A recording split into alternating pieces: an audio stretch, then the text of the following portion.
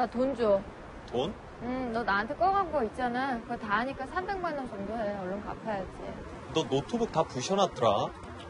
수리비가 샀던 거보다 훨씬 비싸서 그냥 버렸어. 만날 때마다 내가 술 사주고 밥 사주고 옷 사주고 늦으면 택시로 집 앞까지 바래다 주고. 너 지금 그 돈 내놓으란 그 말이 나오냐? 뭐? 데이트할 때? 조금만 비싼 거 시키면 하루 종일 말도 안 하고 남자가 쫓아나게 진짜. 마음대로 해, 마음대로. 배째라, 배째. 자, 지금 영화의 한 장면입니다. 배우 김민희 씨, 이민기 씨 주연의 영화인데 연애의 온도라는 영화입니다. 자, 그런데 사귀다가 헤어진 연인, 헤어지면서 줬던 선물, 빌렸던 돈 다 거꾸로 다시 이제 뱉어내라, 돌려줘라 이러고 싸우는 건데요. 이런 내용이요, 현실에서 실제로 있었습니다. 헤어지고 무려 4년 동안 꾸준히 전 여자친구에게 협박을 일삼은 남자가 있습니다. 대체 뭘 가지고 이렇게 협박을 한 겁니까? 네, 일단 이 두 사람이 만났습니다. 2013년 7월에, 그러니까 지금부터 4년 전에 헤어지게 됐는데요. 남자 측의 주장은 결혼하자고 하자 여자가 연락을 끊었다 이런 얘기를 하고, 여자 측은 여자 문제, 감정 기복, 집착 같은 걸로 헤어지자고 했다 이렇게 얘기를 했습니다. 그래서 그 당시에 두 사람이 헤어졌는데 그 이후에 이 남자가 이렇게 주장합니다. 깨끗이 헤어지고 싶으면 돈을 내놔라. 일단 1억 원을 그래서 받아냈습니다. 그러고 나서 좀 더 있다가 계속해서 공갈 협박을 합니다. 어떤 내용이냐 하면요. 결혼 빙자에서 돈 뜯은 꽃뱀이라 폭로할 것이다. 이런 주장을 합니다. 여자의 직업이 연예인이었기 때문에 이 여자분 그래서인지요.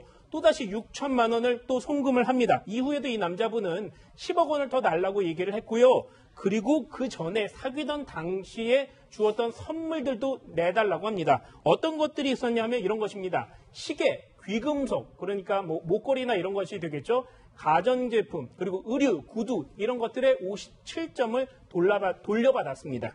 네.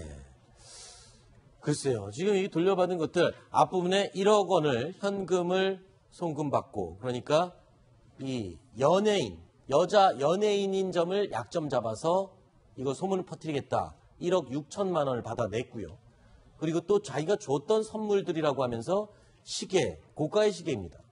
그리고 귀금속, 뭐 반지나 목걸이 뭐 이런 것들이겠죠. 의류, 구두 뭐 이런 명품들을 다 57점을 다시 돌려받았다. 글쎄요. 이 연애를 하면서 연인 관계에서 주고받은 선물을 이렇게 다시 돌려받는 것, 이걸 갈치라고 봐야 됩니까? 아니면 돌려받는다고 봐야 됩니까? 어떻게 봐야 됩니까, 변호사님? 일단 빌려준 돈이나 물건이라고 한다면 당연히 돌려줘야 되는 겁니다. 그런데 네. 문제는 지금 선물인 거죠. 선물은 법적으로 증여입니다. 네. 조건 없이 주는 거기 때문에 설령 그런 연인 관계가 종결됐다 하더라도 뭐 조건부 증여, 즉 헤어지면 돌려주기로 한 그 특별한 사정이 없는 한 선물을 돌려줄 의무는 없는 것이죠. 그런데 한 가지 좀 특별한 게 있는데요. 바로 그 약혼 예물입니다. 대법원에서도 여러 차례 판결을 한 바 있는데 이 약혼 예물 같은 경우에는 혼인이 성립하지 않는 것을 해제 조건으로 하는 증여라는 어려운 표현을 쓰는데요. 네. 이 경우는 즉 약혼이 파혼이 되면은 그거는 돌려주게 돼 있습니다. 네. 그런데 또 혼인을 했는데 결혼 예물도 문제가 되거든요. 근데 혼인했다가 결혼 예물은 돌려주지 않아도 된다. 즉 상당 기간 그 혼인 생활이 이어졌다면 설령 누군가 그 혼인 생활 파탄에 잘못이 있다 하더라도 예물을 돌려줄 필요는 없다라고 하는 대법원 판결이 있는데 법원에서 여러 차례 유사한 사안들을 계속 판결을 하고 있습니다. 그만큼 이 선물, 증여, 예물 돌려주는 것에 대해서는 감정의 어떤 대립이라든지 이런 것들이 끝까지 가는 것 같습니다. 이 사귈 때의 마음과 헤어진 다음의 마음이 다른 거는 인정하지만 이 헤어지고 나서 돌려받으려고 하는 심리는 뭔가요? 이거 좀 괴롭히고 싶은 건가요? 아니면 뭐 아까워서 받으려고 하는 건가요? 이게 뭔가요? 뭐 전부 다 있는 것 같은데요. 일단 네. 이번 사안 같은 경우에는 액수 자체가 굉장히 컸고요. 네.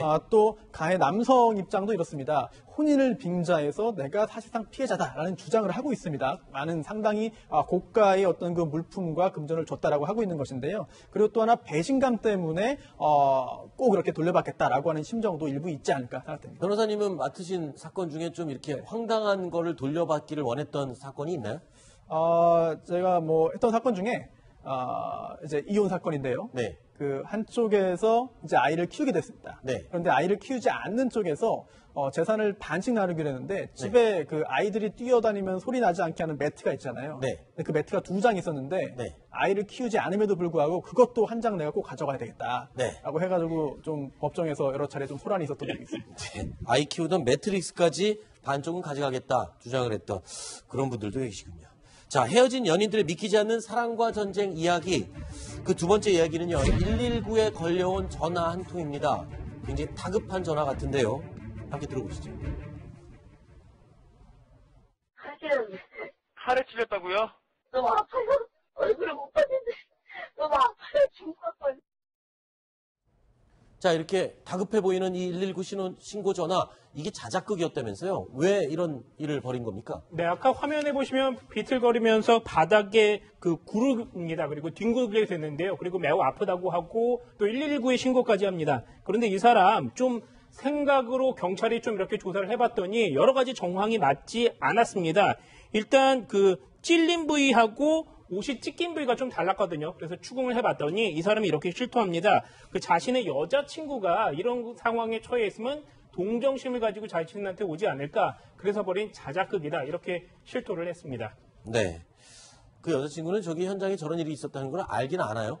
글쎄요, 뭐 알 수도 있긴 한데 그것까지는 체크를 못 해봤지만 좀 찌질하다 이렇게 생각을 할 것 같고 그래서 오히려 사이는 더 멀어지지 않을까 이런 생각이 드네요. 네, 알겠습니다. 자, 6가지 소식 살펴봤고요. 다음.